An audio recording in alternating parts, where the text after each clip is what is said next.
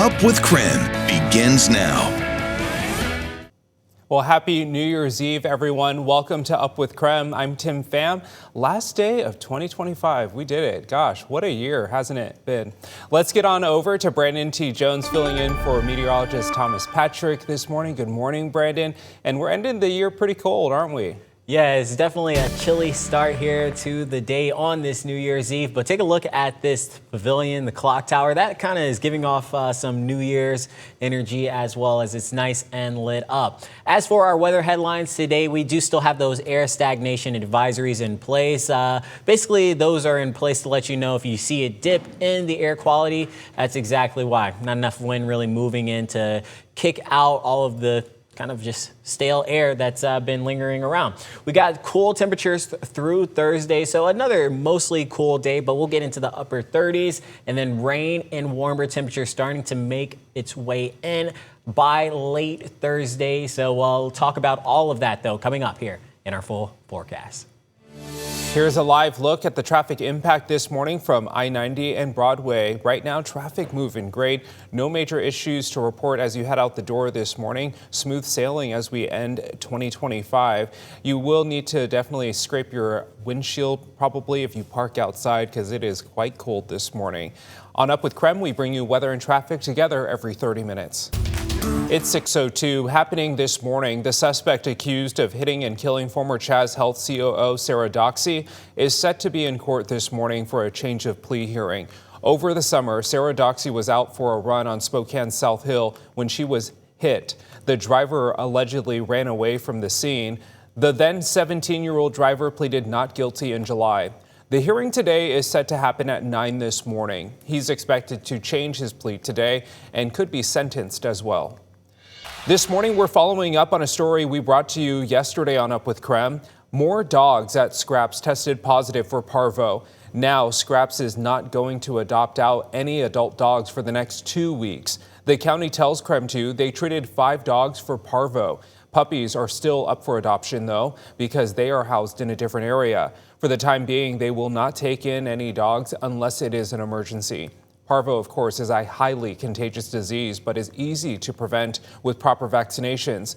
Scraps says they are doing more cleaning and monitoring of their animals for any symptoms. This morning, Spokane is still closed. However, they were able to get some results back from the lab.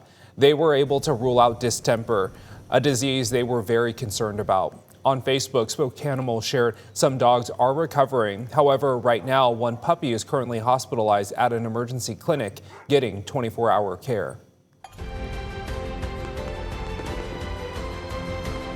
Let's take it live outside over Riverfront Park this morning. We are now just hours away from 2026. To help ring in the new year, several events are planned in downtown Spokane. The city will launch fireworks at 9 p.m. near the clock tower. That earlier start time makes it more family-friendly of a celebration. The Louvre Carousel and the Skate Ribbon will stay open until 10 p.m. And for night owls, a special pavilion countdown and light show will lead up to midnight. Meanwhile, in Coeur d'Alene, you can ring in the new year along Sherman Avenue. The Coeur d'Alene Resort is also having a Havana Nights celebration.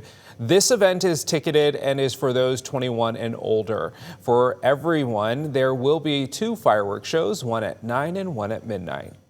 Now taking a live look over Coeur d'Alene Cruises offering a family-friendly dessert cruise. How about that? Meaning you can enjoy some sweet treats while also watching the fireworks. You can still get tickets at cdacruises.com. And if you want to celebrate New Year's from home, you can join us for New Year's at the Needle. We'll have live coverage from celebrations across the Northwest, even here in Spokane. You can watch on KREM 2 or stream live on KREM 2 Plus starting at 11:30 p.m. Download KREM 2 Plus on your TV and watch for free.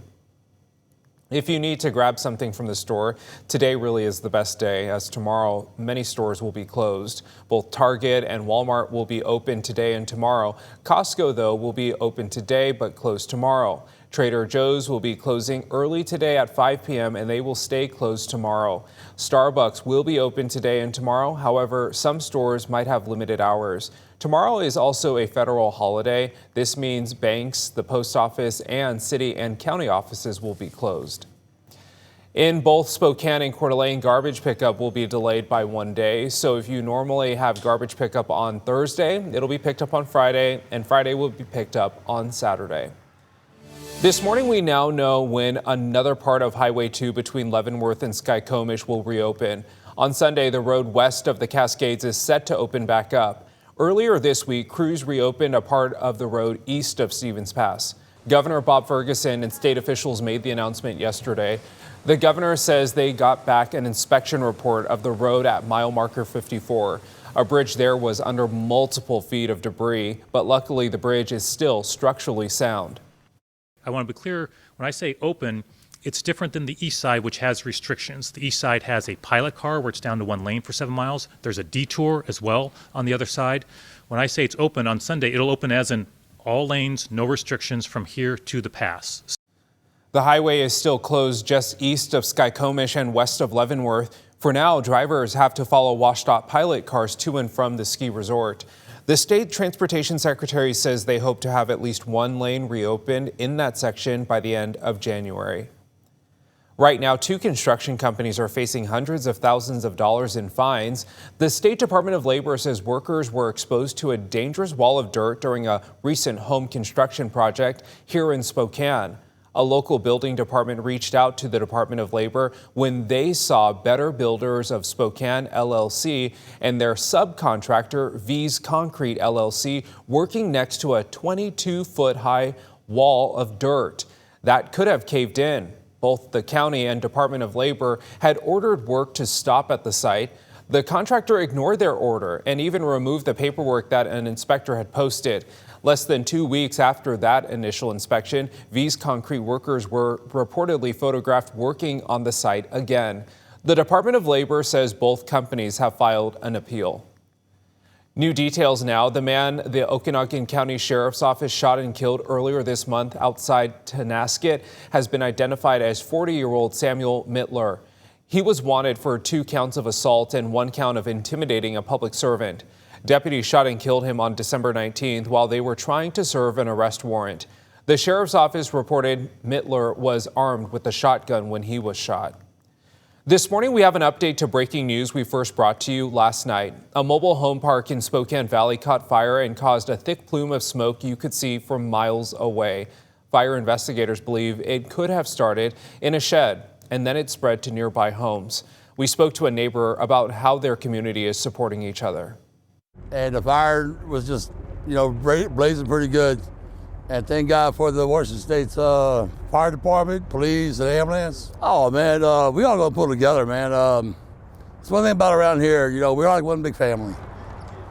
The fire department says between 10 and 12 people have been displaced, and the Red Cross is working to find them temporary housing. At least 2 people are now recovering from some mild smoke inhalation.